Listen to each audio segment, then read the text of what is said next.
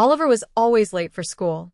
Not because he woke up late, not because he walked slowly, but because something strange always seemed to happen to him. Missing socks, broken alarms, lost homework. Bad luck follows you, his sister liked to tease.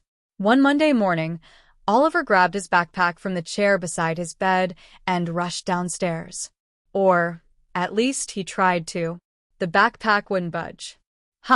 It felt heavier than usual, like it was filled with bricks. I didn't even put my books in yet. He tugged harder. Suddenly, whoosh, the backpack lifted off the floor by itself, floating in the air. Oliver froze. Okay, that's new. The straps wiggled like arms. The zipper rattled like teeth. Then it zoomed out of his hands and flew straight out the bedroom door. Hey, get back here. He chased it down the hallway, nearly slipping on the stairs. The backpack floated just out of reach, like it was teasing him. Through the kitchen, past the couch, out the front door. Mom's never going to believe this. The morning air hit his face as he sprinted outside. The backpack hovered a few feet ahead, then suddenly shot toward the street. Wait, my homework's in there. It turned the corner and flew faster. Oliver had no choice. He ran after it.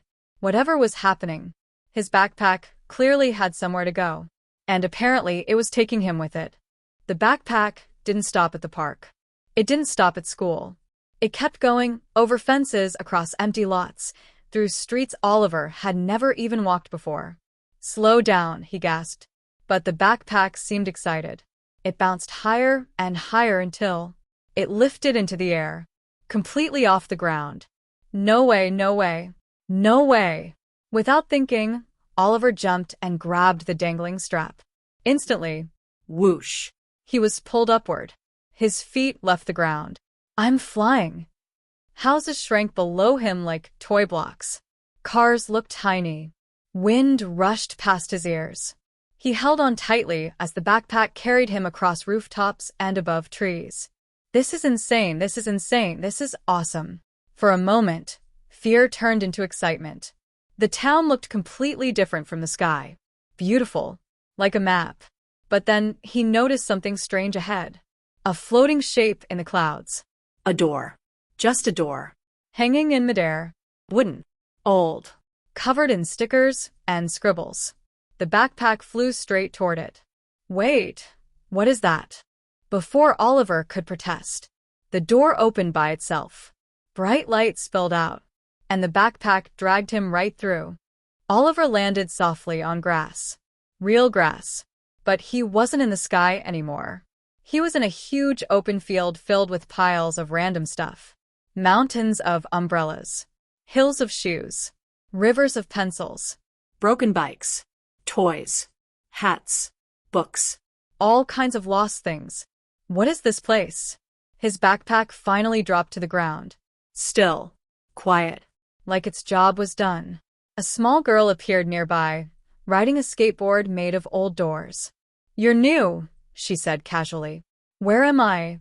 The lost and found world, she replied. Everything people lose ends up here. Oliver blinked. Everything. She pointed around. Socks. Keys. Toys. Dreams. Even ideas.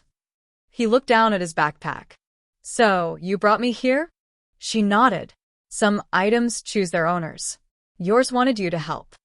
Help with what? She kicked a ball toward a huge glowing tower made of stacked boxes. If things stay lost too long, this world overflows. Someone has to return them. Oliver slowly smiled. So, like a delivery mission? Exactly. For the next hour, they tossed glowing items into the tower. Each one vanished with a pop, returned to its owner. The piles grew smaller, the sky brighter. Finally, the backpack nudged his shoulder. Time to go. Back through the floating door, Oliver landed in front of his house again. Morning. Like no time had passed. His backpack felt normal now. Light. Quiet. But inside he found something new. A small badge. It read, Official Finder. Oliver grinned. Maybe losing things wasn't bad luck after all. Maybe. It was his job.